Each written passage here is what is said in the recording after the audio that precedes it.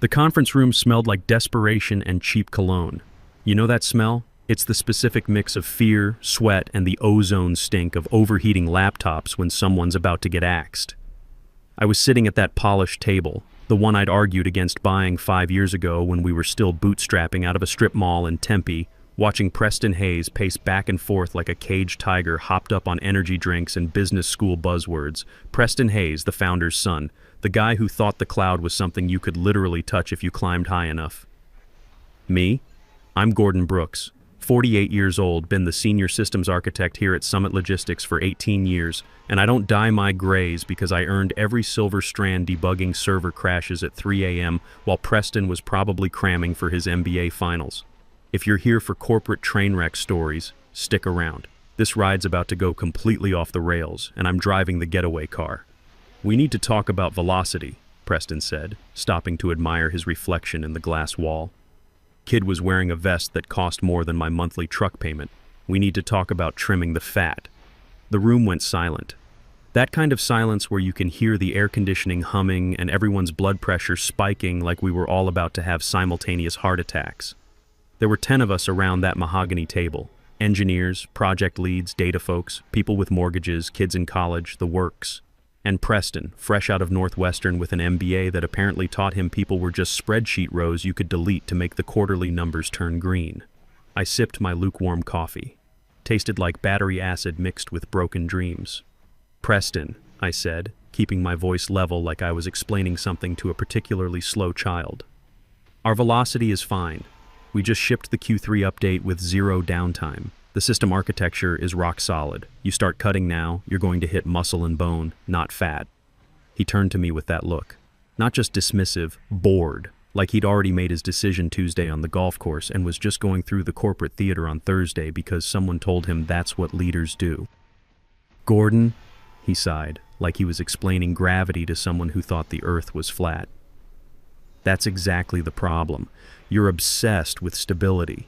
We need disruption, innovation. You built a fortress, sure, but we need a speedboat, and frankly, your approach is looking pretty vintage these days. Vintage. I felt that familiar vein in my forehead start throbbing like a tiny jackhammer. I'd built the route optimization system that cut our delivery times by 15%. I'd written the backup protocols that saved our collective rear ends when the Phoenix power grid went down last summer and half the city lost electricity. I was the guy who took his father Walter's napkin sketches, literally drawn on cocktail napkins during a business dinner, and turned them into a logistics engine currently valued at $28 million. Vintage keeps the lights on, Preston, I said, fighting to keep my tone professional. You want to disrupt the system architecture? Fine, but do it after holiday shipping season. You start ripping out the foundation while the house is still standing, the whole thing comes crashing down. Preston smirked. It was a practiced expression, like he'd been rehearsing it in the bathroom mirror that morning. See, that's fear talking, Gordon. We're moving to a new paradigm. Agile, lean, young. He paused for dramatic effect, drumming his manicured fingers on the table like he was keeping time to some imaginary victory march. Which brings me to the difficult part. We're restructuring the systems division. We're bringing in outside consultants to modernize our technology stack. Your role is redundant. The air got sucked out of the room like someone had opened an airlock. Lucas Murphy, my second in command and the best database guy I'd ever worked with, looked like he might lose his breakfast. The kid stared at me with wide eyes, waiting for me to explode, flip the table, start throwing office supplies around the room. Redundant, I repeated slowly, letting the word hang in the air like a toxic cloud. That's an interesting choice of words. Think of it as an evolutionary exit, Preston said, using a phrase that definitely came straight from some LinkedIn thought leader with disruptor in his bio. Security's waiting downstairs in the lobby with a cardboard box. We'll need your security badge and company laptop, effective immediately. It was a power move. A public execution designed to show the rest of the pack who was the alpha dog in this particular corporate jungle. He wanted me to cry, to beg, to make a scene he could retell at the country club over expensive whiskey. Had to fire the old guard today. Sometimes you need to clear out the deadwood to make room for fresh growth. I stood up slowly. My knees popped. 18 years of hunching over keyboards and crawling under server racks will do that to a man. But instead of the rage I expected to feel, this strange calm washed over me. It was the calm of a demolition expert who knows the fuse is already lit and everyone else in the building is standing way too close to the explosives. I looked around the room one more time. At the whiteboard covered in my system diagrams, my logic flows, my architectural decisions that had kept this company profitable for nearly 2 decades. At the faces of engineers who'd learned everything they knew from me, who were now staring at their hands because they couldn't bear to meet my eyes. I was reaching for my beaten-up messenger bag, the same one I'd been carrying since Bush was president, the first Bush, when my phone started buzzing against the polished conference table. Not a text message, a phone call, and I never ever took phone calls during meetings. My phone was supposed to be on silent mode. The vibration rattled against that expensive wood like a tiny earthquake demanding attention. I glanced down at the screen. The caller ID didn't say spam risk or extended warranty department. It said something much more interesting. Carlos Rivera, VP Engineering, Pacific Freight Systems. I knew Carlos. We'd met at a logistics technology conference in Las Vegas about 3 years back. We'd hit it off talking shop over overpriced convention center beer, stayed in touch trading war stories about database scaling nightmares, and the unique challenges of keeping delivery trucks moving when everything from weather to traffic to server crashes tried to stop them. Carlos had been trying to recruit me for almost 2 years, sending the occasional email about opportunities, but I'd always politely declined. Loyalty, you know? This was my house, my system, my baby. But right now, I wasn't loyal to anything. Right now, I was redundant. The phone kept buzzing insistently. Preston looked annoyed, probably thinking this was just another example of my unprofessional old-school behavior. Turn that thing off, Gordon. You can take your personal calls from the parking lot like everyone else. I looked at Preston. I looked at my team, the terrified faces of engineers who knew exactly what kind of impossible workload was about to land on their shoulders. Then I looked back down at that still buzzing phone, and that's when a beautifully twisted, absolutely perfect idea bloomed in my head. That idea was unprofessional, it was petty, it was absolutely beautiful in its simplicity, and it was about to change everything. I didn't decline the call. I didn't silence the phone like any reasonable person would do in a termination meeting. Instead, I did something that would haunt Preston Hayes for months to come. I swiped to accept, and while maintaining absolutely dead eye contact with the man who had just called me obsolete, I pressed the speaker button. "This is Gordon," I said, my voice carrying clearly through the suddenly electric silence of the conference room. Carlos Rivera's voice filled that boardroom like a perfectly timed lightning strike, crisp, urgent, and unmistakably desperate in the way that only a VP facing a major technical crisis can sound. "Gordon, thank God you picked up," Carlos's voice boomed through the phone's speakers. "Look, my HR team just pinged me that your LinkedIn status flipped to open to work about 10 minutes ago. Please tell me you actually updated that yourself, because if you did, I need you yesterday. We are absolutely drowning on this geographical routing integration project. Your research paper on spatial optimization algorithms is literally the only thing that makes sense of what we're trying to build here. I can get an offer letter sent over in the next 15 minutes. Base salary $165,000, signing bonus $25,000, full equity package with quarterly vesting, and I'll personally handle your relocation expenses to San Diego. Just tell me you're available to start." The silence that followed wasn't just quiet. It was the kind of profound atmospheric silence you get right before a major earthquake, when even the birds stop singing because they sense something catastrophic is about to happen. Preston's confident smirk faltered like a cheap suit in the rain. His eyebrows furrowed as his brain tried to process 2 completely contradictory pieces of information. Gordon Brooks is an obsolete dinosaur who needs to be put out to pasture, and one of the biggest logistics companies on the West Coast just offered to back up a money truck for him in under 30 seconds. Is this some kind of joke? Preston laughed, but it wasn't his usual confident chuckle. This was nervous, barking laughter that sounded like a small dog trying to scare off a much larger predator. Who exactly is that supposed to be? Pacific Freight Systems, I said, my voice colder than a server room at midnight. your biggest competitor in the Southwest logistics market. Well then, take it, Preston sneered, doubling down on his stupidity because his MBA-inflated ego wouldn't let him back down now. If they want to pay premium prices for my leftovers, that's their mistake. Go ahead, Gordon. Take their offer. Carlos, listening through the phone's speaker, heard every word of that exchange. Gordon, who the hell is that? Are you in some kind of meeting right now? I smiled. It wasn't a pleasant expression. It was the smile of a poker player who just realized he's been dealt a royal flush while everyone else at the table was betting their college funds on a pair of twos. Carlos, I said, speaking loud enough for everyone in the room to hear clearly. I'm currently sitting in a conference room with the chief operating officer of my soon-to-be former company. He just informed me that my 18 years of experience building and maintaining their core systems makes me redundant. He says, "You're welcome to have me, since I'm apparently obsolete." He said, "What?" Carlos asked, and I could hear genuine shock and disbelief in his voice. In the tech world, firing a senior architect without a transition plan isn't just stupid, it's corporate suicide. He said, and I quote, "Take the offer," I replied calmly, never breaking eye contact with Preston. "So Carlos, please send over those documents." For exactly 10 seconds, the only sound in that conference room was the overhead projector's cooling fan wheezing like an old man with emphysema. Everyone stared at the phone like it had just sprouted legs and started dancing on the table. "I'm sending the offer letter right now," Carlos replied immediately. "Check your personal email in about 2 minutes. And Gordon, I meant what I said about that signing bonus. We desperately need you in San Diego by Monday morning if you can manage it. I'll cover moving expenses, temporary housing, whatever you need. Just promise me you won't sign anything with those idiots until you've seen our complete compensation package." "Understood completely," I said. "I'm hanging up now, Carlos. Looking forward to discussing the future." The line went dead with a soft click.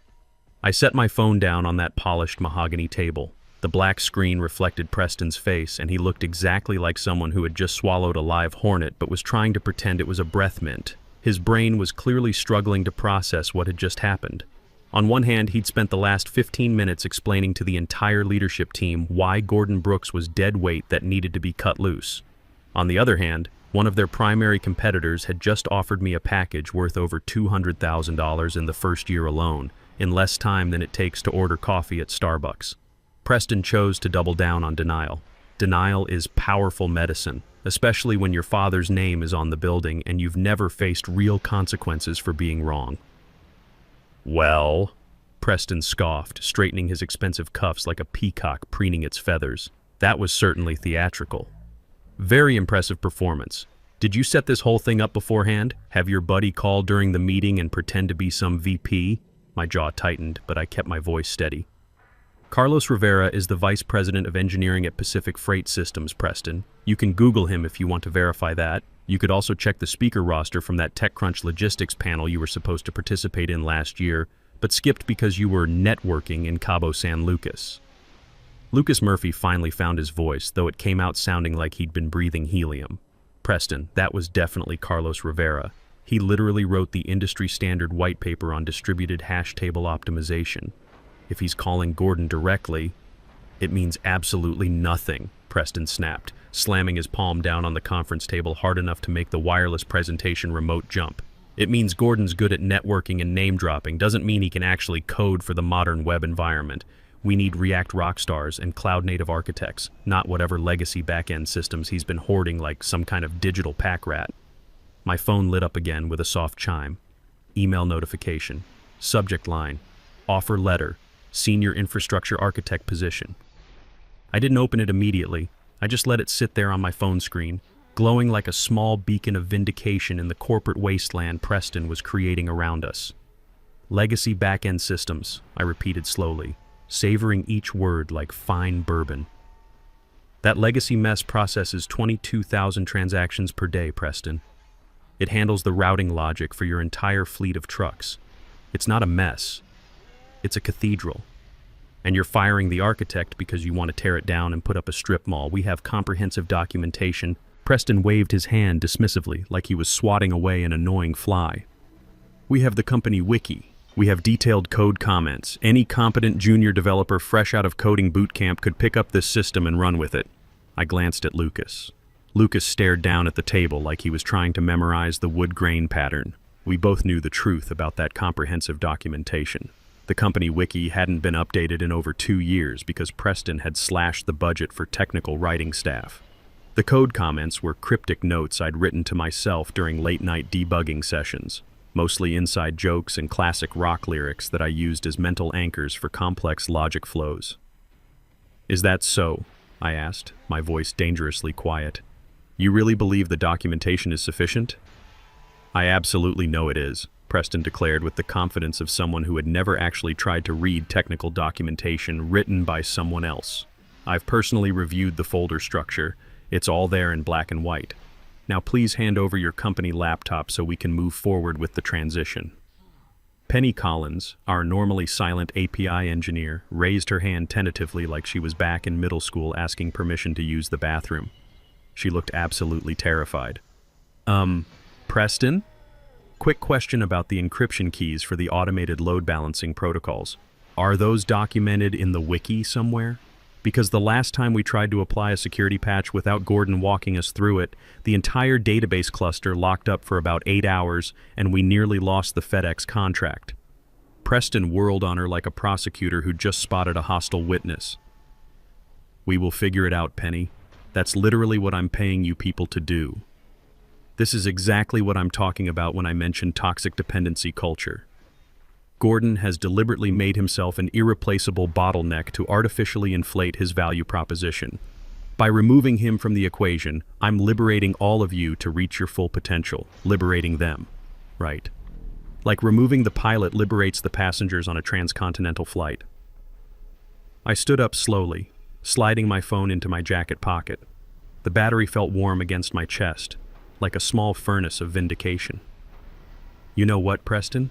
I said, my voice achieving that deadly calm that every engineer recognizes as the sound of someone who has absolutely nothing left to lose.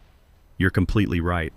I have been a bottleneck. I've been personally catching every coding error, every bad database commit, every catastrophic system failure before any of it could reach your clients and cost you money.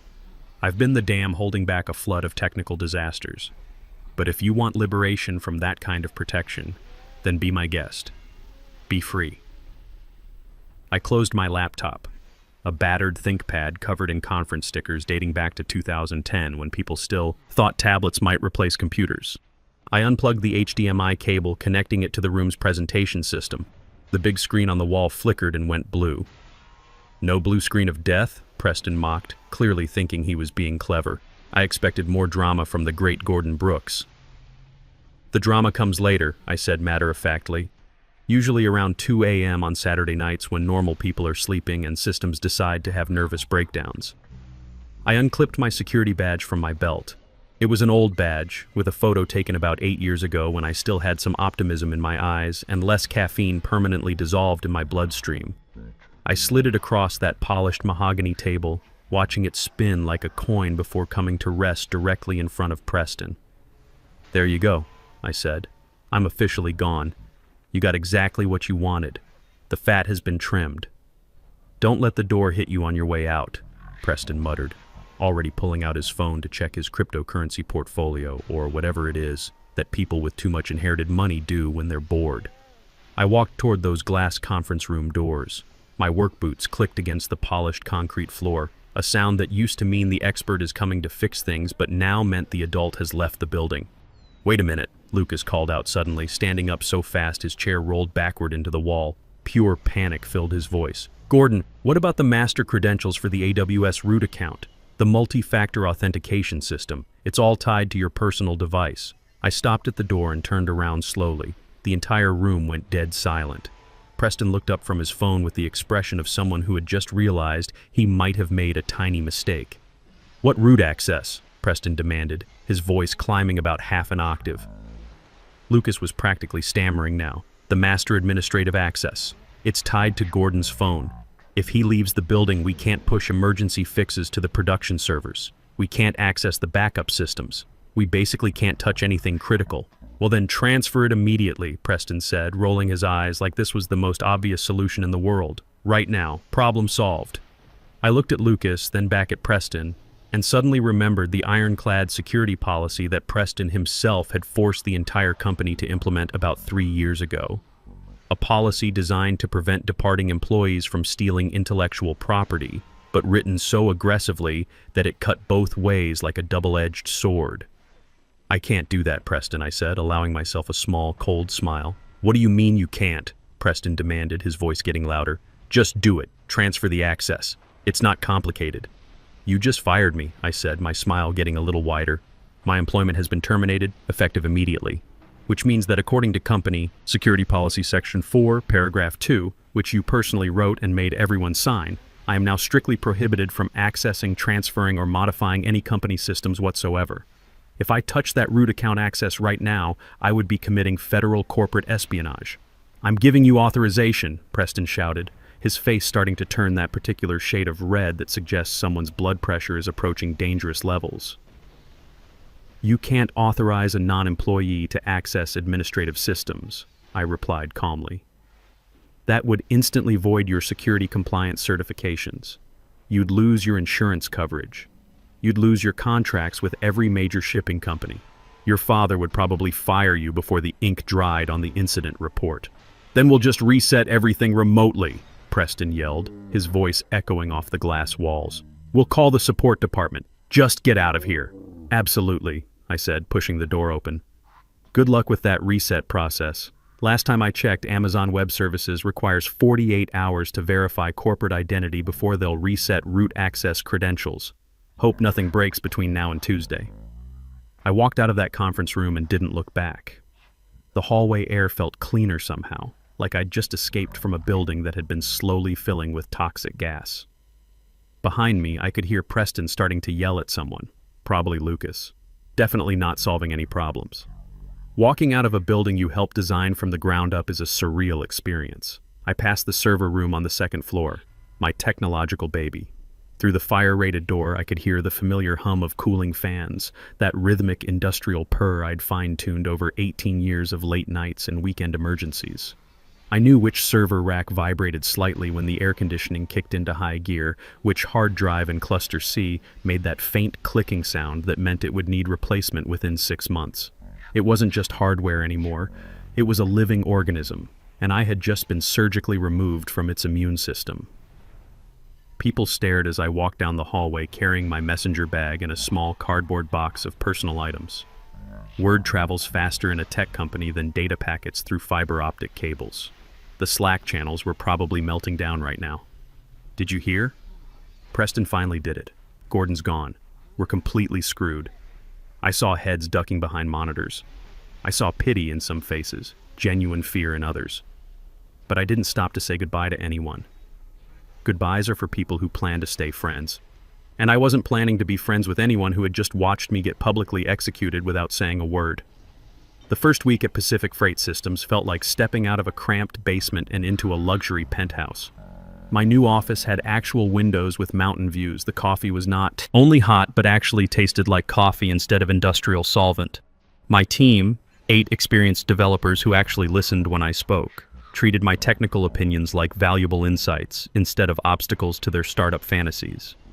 I'd be lying if I said I didn't keep a browser tab permanently open to Down Detector, specifically monitoring Summit logistics. For the first 3 days, nothing happened. That's the thing about well-built systems. They have momentum. A properly engineered platform can coast for a while on autopilot, even when the pilot has been thrown out of the cockpit. Thursday morning, the first wobble appeared. I got a text message from Lucas using a burner Signal account. Technically, we weren't supposed to communicate, corporate espionage concerns and all that legal nonsense. "Gordon, the load balancing system is acting weird. Response time's up 300%. Preston told us to just reboot all the server clusters." I typed back, "Don't reboot during peak hours. The cache memory needs time to warm up properly. If you reboot now, you'll create a thundering herd problem that will crash everything." "I know." I told him exactly that. He said, and I quote, "Just reboot it. It's just a computer." We rebooted. Now the database CPU usage is pegged at 100% and climbing. I sipped my excellent Pacific Freight coffee and watched the little red line on Down Detector start ticking upward. Small spike in user complaints. App running slow. Can't log into driver portal. I didn't reply to Lucas. I couldn't. Helping him would mean helping Preston, and Preston needed to learn that gravity still worked even if you didn't believe in it. Friday afternoon, the wobble became a full earthquake. I was in a strategic planning meeting with Carlos, mapping out our new predictive delivery system, when Summit's public status page updated with those beautiful words every competitor loves to see: degraded performance, multiple Southwest regions. Looks like your former colleagues are having some technical difficulties, Carlos observed, glancing at my second monitor. He wasn't gloating. In this business, watching a competitor struggle is just part of market intelligence. They're rebooting server clusters, I said, watching the error reports multiply. They're trying to fix a memory leak that isn't actually a memory leak, it's a queue backup. How can you tell? Carlos asked. Because I designed that queue system to back up automatically when the fraud detection algorithms get too aggressive. It's a safety valve. When they reboot the servers, they're flushing the safety valve. All the fraud checks will start failing open. That sounds expensive, Carlos said with the kind of understatement that only seasoned tech executives can manage. It was expensive. Back at Summit, as I learned later through my network of still employed contacts, it was absolute chaos. Preston had brought in his consultant team, 3 guys wearing identical Patagonia vests who specialized in agile digital transformation but couldn't read a basic database query without having panic attacks. They were staring at dashboards full of red warning lights, shouting buzzwords like they were magical incantations. "We need to scale horizontally," one of them yelled. "Spin up more server instances immediately," Preston commanded, probably feeling very important and decisive. So they did exactly that. They spun up 30 additional servers in about 10 minutes. Here's the thing about the system I built. It had a hard-coded license limit on our third-party mapping service. The contract I'd negotiated 3 years earlier allowed for exactly 75 concurrent connections to save money on licensing fees.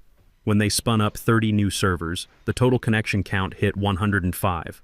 The mapping provider's automated monitoring system detected the contract violation and, following the exact terms I'd agreed to, instantly revoked our API access key. Friday, 4:17 p.m. Every single delivery driver in Arizona, Nevada, and Southern California lost their navigation systems simultaneously. I watched it happen in real time on social media. Twitter exploded with angry customers and confused drivers. My delivery app just went blank, stuck in Phoenix traffic with no GPS. Driver can't find my address, support line is busy. Lucas sent me a single word via Signal: blackout. I sat in my ergonomic chair in my new office watching the digital equivalent of a 5-car pileup from the safety of the competition.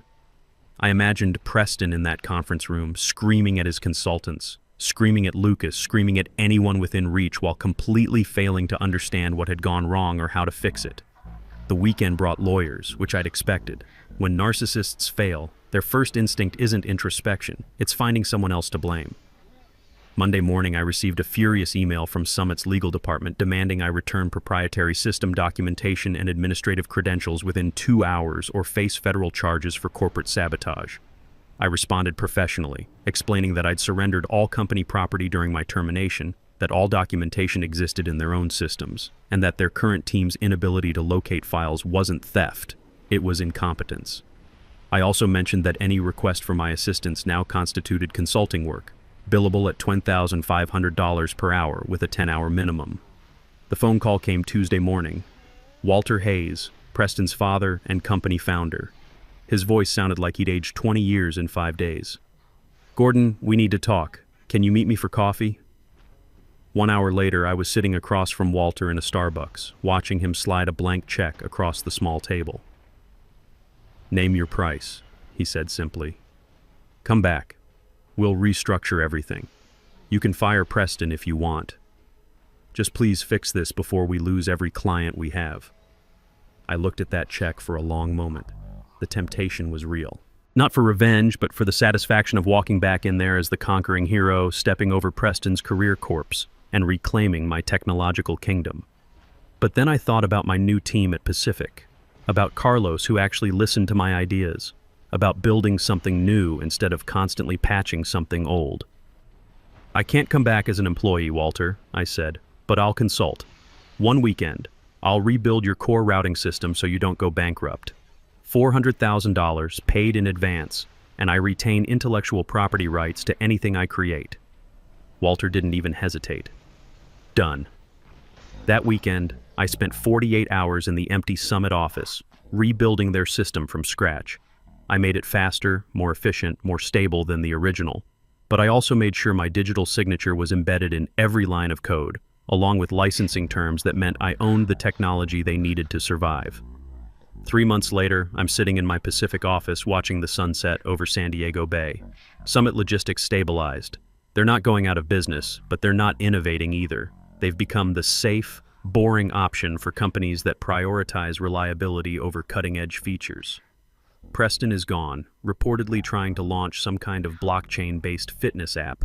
I give it 6 months before he forgets all the passwords. Walter still calls me monthly to authorize licensing renewals for my code. I always answer on the second ring. I like the sound of passive income. My phone buzzes with another email from Summit's new CEO asking about optimizing the code architecture for improved performance metrics. I forward it to Pacific's legal department with a note about doubled consulting rates. I'm not angry anymore. I moved past anger months ago. What I achieved was something far more valuable than revenge. I achieved leverage. I built their foundation, watched them tear it down, then made them buy it back from me at premium rates. Sometimes the best revenge isn't destruction. Sometimes it's forcing people to pay you handsomely for their own survival while you build something better somewhere else. The air conditioning hums perfectly overhead. My system is running smoothly, and this time, I have all the keys. Try and get our fitness skill up, because I'm kind of I love Birdie, but I'm kind of excited to move to the next generation. Okay. Where's a good gym? I don't even know. Base game gyms, I guess we can do. Ads are gonna start in 2 minutes, friends. 3 minutes, I guess. Technically. Thank you for sticking around. Zeke, when you say your vacuum died, do you mean like it's broken or it just needs to be recharged? Alright, girl. Go do some boxing or something. The battery, okay. Wait, is she pregnant? Wait, how did I forget that she was pregnant? Who put a baby in her belly? Who did this? Who did this? Do you remember who did this? Who did this? When I saw the little soother, I thought it was just her being happy that she gave birth, but now that I think about it, obviously Green Beans is too old. Probably an owl. Oh, wait, okay, hold on. Let's look at her romantic relationships. I don't know who would have done this to her. The only relationship she has is with Oberon, and she already had a baby with him. Ian Gregory, maybe? What? I guess we'll have to see. I don't know. I didn't know she was pregnant. Oh my goodness. This is how long it's been. We need to save. We need to save our game. You guys.